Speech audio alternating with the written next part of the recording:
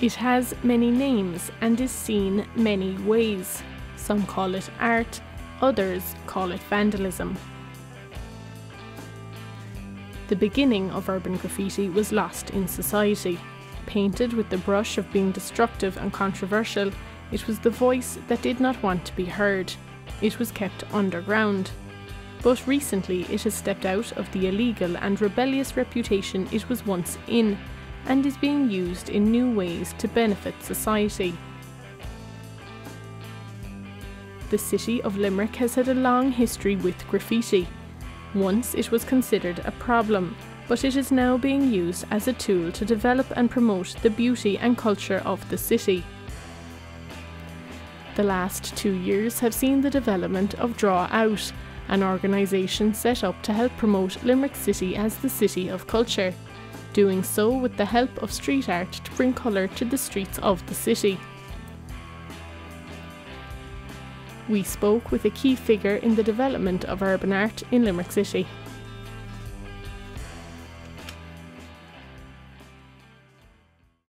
I'm Catherine O'Halloran. My own background is in facilitation, youth work, community development. I suppose I've worked in the community setting for about almost 10 years now. Can you give me some information about Draw Out?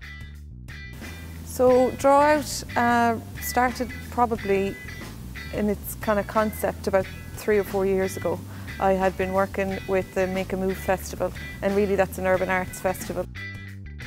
How did street art get picked as a way of promoting Limerick as a city of culture? It's kind of a difficult question to answer, really. I suppose for me it wasn't really a choice, it just felt like it made sense. And so, you know, graffiti wasn't part of my own history. I never really played around with graffiti myself as an artist, and so it was very much out of my own comfort zone, but at the same time it felt like it was the right kind of path to take to explore my own work further. And so in some ways it wasn't really a choice, and I suppose for the funders it was a risk, and to put graffiti or street art or urban art on the agenda in terms of public funding, you know, it was a bit of a stretch at the time. But I suppose I was lucky to gain a lot of trust, and it was rooted as well in community development, and I suppose that gave it a kind of a different frame than I suppose it normally would have. What was it like getting the project off the ground from the initial idea? I suppose it was slow, and we had to really take our time, because there was an awful lot of fear around, you know, being seen to support a project. And at the time in the city there was a real epidemic of tagging going on. So, and really what I was presenting was a model to address that, because there really wasn't any existing one that worked in the city. My concept was to bring in the young artists that were tagging the streets and really give them a place to play with paint, but also an education around how to build a piece, and you know, how to really invest in a career rather than become vandals on the street. The more bigger pieces that we did, the more people could not deny the impact that it had on the city, and so that really was the leverage.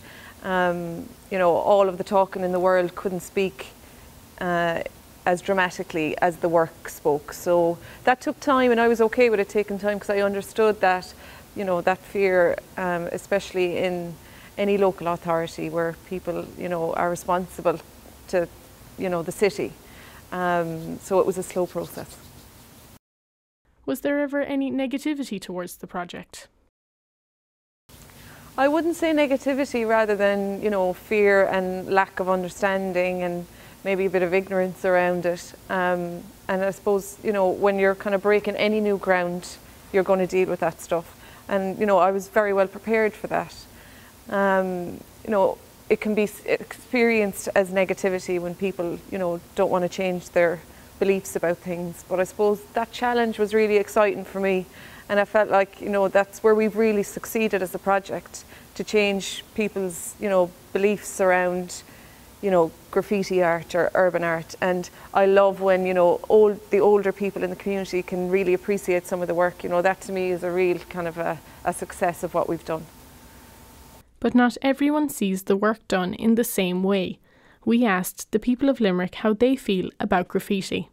Yeah, it's good. It's really artistic, it's very detailed and stuff, and very colourful. You'd stand and stare at them for a good while. I think it takes away from the architecture of the city. It encourages more vandalism around the city. That's why I don't like it. I don't really have an opinion on the graffiti, to be honest with you. I walk past it every day and take no notice of it. It's just there. It's just something that is there. It's like glitter on the streets. I walk past it, I take no notice. Can you tell us some of the projects Draw Out achieved and the meanings behind their artwork? I suppose every piece has a different meaning, from Guido van Helton's piece on William Street, where he referenced an old Limerick photograph by Jerry Andrews. That story is a really beautiful story in itself, and that can be a real literal connection between the past and the present. And others are really contemporary pieces, and so the spectrum is really wide for the work, but all of them have a real deep connection with the city. Every artist came here and really connected with what Limerick is about, and they responded from that place, so all of them have that connection. Are there any artists you hope to bring to the city in the future? Yeah, so you're constantly curating in your head around what would work, and also you're trying to develop the project and evolve the project so that you're almost ahead of the trends or what's going to happen next, because it's, where urban art was at 2 years ago, it's in a very, very different place now. For instance, Macer's petrol station. For me, that was a real groundbreaking piece, and now he's gone on to do huge architectural pieces all around the world, and so it's very fast, it's moving, and so you're trying to catch that, and so my eye is always open to who's pushing the boundaries and who's been really progressive with their work. So it's a continuous note to self around who to earmark for next year. We found that one shop had painted over a primary work done in the heart of the city. The piece previously described by Catherine was painted over by the shopping chain.